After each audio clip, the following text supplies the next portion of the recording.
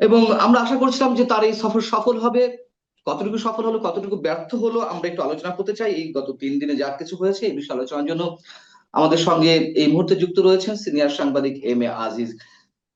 M A Aziz, আপনাকে স্বাগত জানাচ্ছি আমাদের অনুষ্ঠানে। জি, আপনাকে ধন্যবাদ। হ্যাঁ, আপনার শুনতে কাছ পাচ্ছেন? থেকে, জি জি শুনতে পাচ্ছি। আহ আপনার কি মনে হয় সফরটি কেমন হয়েছে? ধন্যবাদ আপনাকে। দেখেন, 10 মাস ডক্টর মোহাম্মদ ইউনূস সরকারের দায়িত্ব নিয়ে আছে, 11টা সফর করেছে, একটি বাদে সব তার প্রাইভেট সফর। অথচ রাষ্ট্রীয় কোষাগারের পয়সা দিয়ে সে সফর করছে, ব্রিটেনে গেছে। ব্রিটেনের প্রধানমন্ত্রী আগের দিন পর্যন্ত আপনার পার্লামেন্টে বক্তব্য দিয়েছে, সে তার কাজে ব্যস্ত। এখন সে কানাডায়, অথচ সরকার থেকে বলা হয়েছে তার সাথে কথা হবে ইত্যাদি ইত্যাদি। তো সুতরাং ওনার এই সফর ব্যর্থ হবে না সফল হবে উনি ভালো বুঝবেন। আমরা আলোচনাটা করতে পারি যে এই সফরের সময়, যেহেতু ব্রিটেনে বিএনপির ভারপ্রাপ্ত চেয়ারম্যান ব্রিটেনে আছেন, সেখানে ইউনূসের ইচ্ছায় এবং বেগম খালেদা জিয়ার মধ্যস্থতায় এই আপনার বৈঠকটা হবে বলে মনে হচ্ছে। 13 তারিখে সকালের দিকে 9টা 10টার দিকে আমি আমি বৈঠকটা এই হবে। বিষয়ে অবশ্যই আসবো। সাংবাদিক ইমে আজিজ, আমি এই বিষয়ে অবশ্যই আসবো। তার আগে তিনি মানে আমাদের প্রধান উপদেষ্টা চ্যাথাম হাউসে, ব্রিটেনের যে ঐতিহ্যবাহী থিঙ্ক ট্যাঙ্ক প্রতিষ্ঠান, সেখানে যে বক্তব্য দিলেন, প্রশ্নোত্তর পর্বে অংশ নিলেন। সেখানে তিনি যে বক্তব্যগুলো দিয়েছেন, আমি সব বিষয় টাচ করতে চাই না, কিন্তু এরই মধ্যে সমালোচনা হচ্ছে দুটি বিষয়কে কেন্দ্র করে। একটি হচ্ছে, তিনি বলেছেন যে আহ দেশের জনগণ টাকা খেয়ে ভোট দেয়, তারা ভোটের উদ্দেশ্য বোঝে না। আমি যদি প্রথমেই এই বিষয়ে আপনার মন্তব্য জানতে চাই।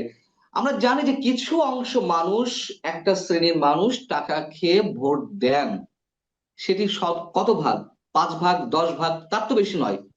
আপনি, আমি বা আমাদের মতো সাধারণ মানুষ তারা টাকা খেয়ে ভোট দেন, মানে এই কথার মধ্য দিয়ে তিনি কি ভোটকে নিরুৎসাহিত করলেন? দেশের মানুষকে চরমভাবে অপমানিত করলেন, পুরো জনগোষ্ঠীকে। না, দেখেন, এই জন্যই বলা হয় তিনি এনজিও করেন, তিনি রাষ্ট্র চালানোর যোগ্য নন। দেশকে বিদেশে গিয়ে যে জনগণকে মেলাইন করে, জনগণ এ দেশের মালিক। সেই জনগণকে যদি চাঁদা খেয়েও থাকে, জনগণ যদি ইলেকশনের সময় পয়সা নিয়েও থাকে, তিনি তো এটা বলতে পারেন না। আমরা তো বলি না। তিনি তো এই দেশটাকে ব্যবসায়িক কেন্দ্র করেছেন। তিনি গ্রামীণ ব্যাংকের 666 কোটি টাকা যদি সুদ মকুব করে থাকেন, গ্রামীণ ফোনে 4,000 কোটি টাকা মাফ করে থাকেন, জনগণ কেন খাবে না? জনগণ, উনি জনগণ যারা মালিক, তারা পয়সা খাইলে কয় পয়সা খাবে? 5,000, 10,000, 1,000, 500, 200? উনি তো হাজার হাজার কোটি টাকা খাচ্ছেন। তো সুতরাং উনি যে বিদেশে এই কথাগুলি বলেন, স্বাভাবিকভাবে কিন্তু এইগুলো প্রশ্ন আসে। তিনি ইতিমধ্যে তার যতগুলো বেনিফিট নিয়েছেন এবং যেভাবে সরকারে এসেছেন, সব নিয়ে প্রশ্ন আছে, সব নিয়ে প্রশ্ন আছে। আপনি ধরেন, আমি যদি বলি যে তিনি যে সরকারের দায়িত্ব নিলেন, তিনি তো দণ্ডিত ছিলেন, তার বিরুদ্ধে তো দুর্নীতি মামলা ছিল। তিনি নৈতিক কারণে এবং আইনগত ভাবে তিনি কি সরকার প্রধান হতে পারেন? তিনি তো হয়েছেন। তিনি সরকারে বসে নির্বাহী আদেশে তার মামলা তুলে নিয়েছেন। এটা হয় বলেন? তো জনগণ ঘুষ খাবে না কেন? তিনি তো এই যে ঘুষ খাইছেন, তিনি তো এটা করলেন। আর তারপরে তিনি যখন সরকারে আসলেন, দায়িত্ব নিলেন, তখন এই 5 তারিখের গণ অভ্যুত্থানে সব দল, একমাত্র আওয়ামী লীগ ছাড়া, সবাই জনগণ সবাই সমর্থন দিয়েছে। অথচ নিজে বিভিন্ন ভাবে তার বলয় তৈরি করার জন্য এই যে জুলাই গণ আন্দোলনের যে যারা সব দল মত একসাথে ছিল, এটাকে বিভক্ত করেছে। তিনি বিভক্ত করেছেন। এখন আপনি দেখেন, এনসিপি, আপনার ইসলামিক আন্দোলন বাংলাদেশ এবং জামাত ইসলাম এক সুরে কথা বলে, আর বাকিরা এক সুরে কথা বলে। দেশটাকে দুই ভাগ করে ফেলছে না? কিন্তু তার জন্য হয়েছে। তিনি আমার প্রথমে আরেকটা প্রশ্ন। জি জি হ্যাঁ, বলুন। তিনি প্রথমে প্রথমে ইউটিউব সার্চ দিলেই পাবেন। তিনি ইউটিউবে হাত নাড়া নাড়া ঘাড় নাড়া নাড়া বলছিলেন যে রাজনৈতিক দলগুলো যতটুকুতে সংস্কার একমত হয়, ততটুকু নিয়েই নির্বাচনে যাব, না হলেও নির্বাচনে যাব। হ্যাঁ, বলছো যে এরপরে ওয়েবসাইটে দিয়ে দেব কে একমত হয়েছে কে একমত না হয়েছে, জনগণ জানবে। তো ওনার তো প্রতিশ্রুতি প্রথমেই আছে যে নির্বাচনে যাওয়া। উনি নির্বাচন নিয়ে কেন টালবাহানা করেন? উদ্দেশ্য কি? আবার জনগণ দিয়ে আগে এখন বন্ধ হয়েছে যে পিছন দিয়ে হাঁটায়। তিনি তো পেয়ার ম্যান, পাক্কা পেয়ার ম্যান, লোক সেট করে রাখে, হেঁটে গেলেই বলে আজীবন থাকেন, 5 বছর থাকেন, এগুলি বলে। এখন আবার বন্ধ হয়েছে। তো এখন যেটা আলোচনা বৈঠকে, লন্ডনে বৈঠকে তিনিই কিন্তু এটা তিনিই প্রস্তাব করেছেন, তিনি বৈঠক করবেন। এখন ওখানে যা বৈঠক কি করবেন জানি না। যে ব্রিটেনে গেছে, ব্রিটেনের প্রধানমন্ত্রীর সাথে তার অ্যাপয়েন্টমেন্ট, প্রধানমন্ত্রীর খবর নাই। প্রেস সেক্রেটারি মিথ্যা কথা বলতেছে, সে এখন কানাডায় আছে। তো এখন এখন কি টিউলিপের সাথে টিউলিপ চিঠি দিছে, বলে এটা প্রেস সেক্রেটারিতে বলাইছে, এটা আইনি বিষয়, আইনি ভাবেই মোকাবেলা এটা দেখা হবে। তো এখন আপনার এখন কাছে ডক্টর, সেই ভোটের ভোটের উদ্দেশ্য থেকে প্রশ্ন, তাহলে তিনি তো দেশের মানুষের উপরে নির্ভর করছেন না। ভোটের জায়গাটিতে তিনি যেভাবে প্রশ্নবিদ্ধ করলেন যে মানুষ ভোট টাকা খেয়ে ভোট দেয়, এই জন্য এই সংস্কার টংস্কার ইত্যাদি ইত্যাদি, এর সাথে আরো যে কথাটি বলেছেন যে পুরো বাংলাদেশ দুর্নীতিতে নিমজ্জিত, প্রতিটি সেক্টর নিমজ্জিত দুর্নীতিতে। আমরা জানি অবশ্যই দুর্নীতি রয়েছে, বড় অঙ্কের টাকা পাচার হয়েছে গত আওয়ামী শাসনের সময়, অস্বীকার করার কিছু নেই, কিন্তু প্রত্যেকটা মানুষ দুর্নীতিগ্রস্ত। আপনার এটি মনে হয় তিনি যে মন্তব্য করেছেন চ্যাথাম হাউসে? না, দেখেন, মানসিক ভাবে জনগণ দুর্নীতিগ্রস্ত হতে পারে, কিন্তু আমার তো ধারণা ছিল ডক্টর মোহাম্মদ ইউনূস অন্তত পক্ষে সৎ আছে। এখন উনি রাষ্ট্র ক্ষমতার দায়িত্ব নেওয়ার ফলে দেখি যে ওনার পারিষদ, অন্তর্বর্তীকালীন সরকারের এপিএস পিএস, আমি বাংলাদেশ ব্যাংকের গভর্নরকে বহুত প্রশংসা করেছি। এই গভর্নর মেয়েও তো এখন 100 কোটি টাকার ফ্ল্যাটের মালিক দুবাইতে। তা আপনি যাবেন কোথায়? ফেসিবাদী সেটা সরকার অবশ্য যায়। গভর্নর উত্তর দিয়েছেন যে তার মেয়ে জামাই ব্যবসায়ী, তারা দীর্ঘদিন ধরে দুবাই থাকেন, তারা এটি করতে পারেন, অস্বাভাবিক কিছু না। এটি গভর্নরের অ্যান্সার, মানে এই বিষয়ে। হতে পারে, হতে পারে তার মেয়ের দামে ব্যবসা করেন, ঘাটতি ছিল উনি পূরণ করে দিয়েছেন, আর সময় ফ্ল্যাট করতে পারেন না। এখন উনি জি। গভর্নর হওয়ার পর ফ্ল্যাট কিনতে পারলো, আগে পারলো না, পরে পারলো না, এগুলি কয়ে লাভ দেন। উপদেষ্টার, দুইটা উপদেষ্টার আপনার এপিএস টাকা মারছে না, ছাত্রদের। ডক্টর মোহাম্মদ ইউনূস তো পুরো জেনারেশন গ্যাপ করে দিছে, প্রত্যেকটা মিনিস্ট্রিতে প্রত্যেকটা কমিশনে ছাত্র বসায় দিছে, এবং সবাই দুর্নীতিগ্রস্ত। তো আমার তো মনে হয় ফেসিবাদ আর এই সরকারের ভিতরে কোনো পার্থক্য নাই। তাদের অ্যাকশন গুলো ঠিক ফেসিবাদের মতো, দুর্নীতিও ঠিক ফেসিবাদের মতো। সেই সাথে মব কালচার, একটা বাহিনী তৈরি করছে ছাত্র দিয়ে, যেখানে সবাই মাহির। এখন অবশ্য মব একটু কমেছে, কারণ বিএনপি যখন তারুণ্যের সমাবেশ গুলো করেছে এবং মবের ব্যাপারে যখন হুঁশিয়ারি উচ্চারিত হয়েছে, সেনা প্রধান থেকেও তো বলা হয়েছে full stop, no mob culture বলেছে। তো এখন মব কালচার বন্ধ হয়েছে।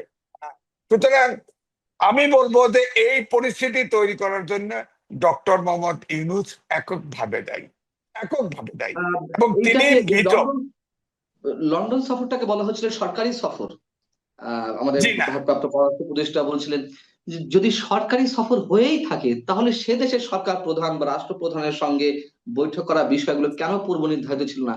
কেন আপনি যেটা বলছিলেন তার প্রেস সচিব মিস্টার শফিকুল আলম এইভাবে লুকোচুরি করলেন? খোদ কিয়ার স্টারমার লন্ডনে অবস্থান করছেন নিজ দেশে, বলা হচ্ছে যে না কানাডায় গেছেন ইত্যাদি ইত্যাদি। কেন এই ধরনের কথাবার্তা? এবং যেখানে আন্তর্জাতিক গণমাধ্যম ফিনান্সিয়াল টাইমস কে আমাদের প্রধান উপদেষ্টা নিজে জানিয়েছেন যে কিয়ার স্টারমার তাকে সময় দিচ্ছেন বা বা তার সঙ্গে দেখা করতে চান না, কি কারণে এই সব বিষয়গুলো ঘটছে? দেখেন, তিনি যে পুরস্কারটা নিতে গেছেন, এও শোনা গেছে সেই পুরস্কারের লিস্টে ওনার নাম নাই। আমার কাছে প্রমাণ নাই, তাই আমি বলছি না, বলতে চাচ্ছি না। না, প্রমাণ আছে, প্রমাণ ওনাকে, আছে, আমার কাছেও আছে। না, হ্যাঁ, আমি বলি যে যেই যেই নমিনেশন পেপার কিংস ফাউন্ডেশনের, সেই নমিনেটেড পার্সনদের মধ্যে তার নাম নেই। এটা সত্য কথা, আপনার কাছে না থাকলে আমি পাঠিয়ে দেবো। হ্যাঁ, ঠিক আছে, এই জন্যই আমি বলছি এটা একদম নিছক আমার ধারণা। তিনি বিএনপির ভারপ্রাপ্ত চেয়ারম্যান তারেক রহমানের সাথে তার বৈঠক হওয়াটাই মুখ্য। এর সাথে উনি এই প্লেন ভাড়া পাওয়ার জন্য, ফ্রি পাওয়ার জন্য, ওই যে দেখেন না, ইয়ার নোবেল প্রাইজের সুদও মওকুফ করে দিছে। এত ছোট লোক, বলেন আপনি কয় টাকার ট্যাক্স দিতে হয় বলেন, উনি ওটাও মাফ করে দিছে। গ্রামীণ ব্যাংক শুধু না, তারপরে ইউনুস বিশ্ববিদ্যালয়, Yunus trust, man power export, কত কিছুই না নিছে। তো উনি তো দেশটাকে ব্যবসায়ী, ওনাকে তো বেরোতে হবে। ওনাকে, যে সরকার সামনে নির্বাচনে ক্ষমতায় আসে, তার কাছে যদি তার অ্যাকশন গুলোর উপরে যদি ইন্ডিপেন্ডেন্ট না নিতে পারে, সে তো ফার্স্ট নেই। অপরাধ তো সে কম করে নাই। সে বুঝে করুক অবুঝে করুক, সে কিন্তু অপরাধ অনেক করে ফেলছে, এবং এই তার সরকার আপাতমস্তক অবৈধ। সুতরাং তার যে যতগুলো বেনিফিট, যত অ্যাকশন, কেউ তো এক সময় না এক সময় তাকে তো কাঠগড়ায় উঠতে হবে। সুতরাং আমার মনে হয় এখন যে পরিস্থিতি, সারা দেশ উনি জিম্মি করে ফেলছে। এখন একটা অপশন হয়েছে তারেক রহমানের সাথে আলোচনা করা, বড় পার্টি। এখন দেখেন এনসিপি, জামাত ইসলাম এবং ইসলামিক ঐক্যজোট বাংলাদেশ ছাড়া আর সবাই নির্বাচন চায়। নির্বাচনটা দিয়ে উনি, আমার মনে হয়, সম্মানটা রক্ষা করে বিদায় নিক। সেখানে তারেক রহমানের সাথে তিনি হয়তো ভবিষ্যৎ প্রধানমন্ত্রী হবেন, তার সাথে আলোচনা করুন। অন্তত পক্ষে তাকে যাতে আবার বন্দি করা না হয়, কারণ এমনি জেল থেকে একবার দণ্ডিত থেকে সরকার গ্রহণ করছে, আবার সেই কারণেই এই অবৈধ জায়গায় তাকে যেন ধরা হয় না। আপনি খেয়াল করে দেখেন, এই আলোচনার আগে অ্যাপিলেট ডিভিশনে তারেক রহমানের একটা কেস অ্যাকসেপ্ট করাইছিল থ্রেট করার জি। জন্য। কি শয়তানি লোক, চিন্তা করছেন? তার তো আপোষ করার পর সে আসলে ক্ষমতা আঁকড়ে ধরে থাকতে চেয়েছে। এখন দেশটার অবস্থা এমন করে ফেলছে, বিশ্ব ব্যাংক বলেছে 3.3, আজকেও পত্রিকায় দেখলাম 3.3% জিডিপি গ্রোথ।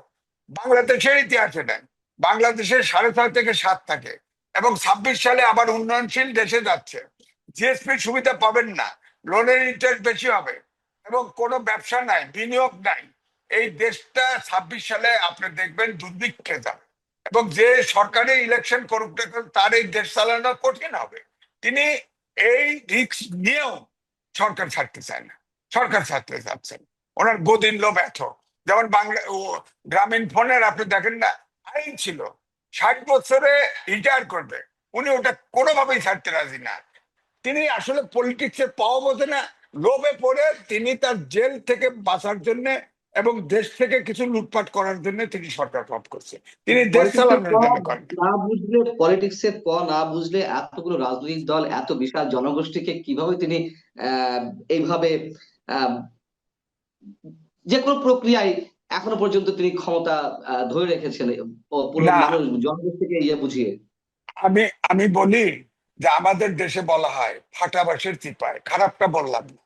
রাজনৈতিক দলগুলো ফাটাবাসের চিপায় পড়ছে। চিপায় পড়ছে মানে একে একদিন রাস্তায় নামলে সরকার আউট হয়ে যাবে, কিন্তু রাজনৈতিক সরকার শূন্য থাকবে না। যদি তৃতীয় পক্ষ আসে, তাহলে তো রাজনীতির ভাগা শেষ। বুঝলেন? তাকে ছুঁতেও পারতেছে না, ধরতেও পারতেছে না, এই জায়গায় আছে। সুতরাং এই জন্যই তার সাথে আপোষ রফা করা দরকার, করতে চাচ্ছে। কারণ তাকে ফাইনালি যদি এই ব্রিটেনের বৈঠক ফেল করে, তাকে খুব অপমান অপদস্থ হয়ে বাংলাদেশ থেকে বেরিয়ে যেতে হবে। আপনি ফেল করা দেখবেন। বলতে, ফেল করা বলতে মানে আমি একটু ক্লারিফাই মানে করার প্রয়োজন রয়েছে বোধহয় এখানে। সেটা হচ্ছে যে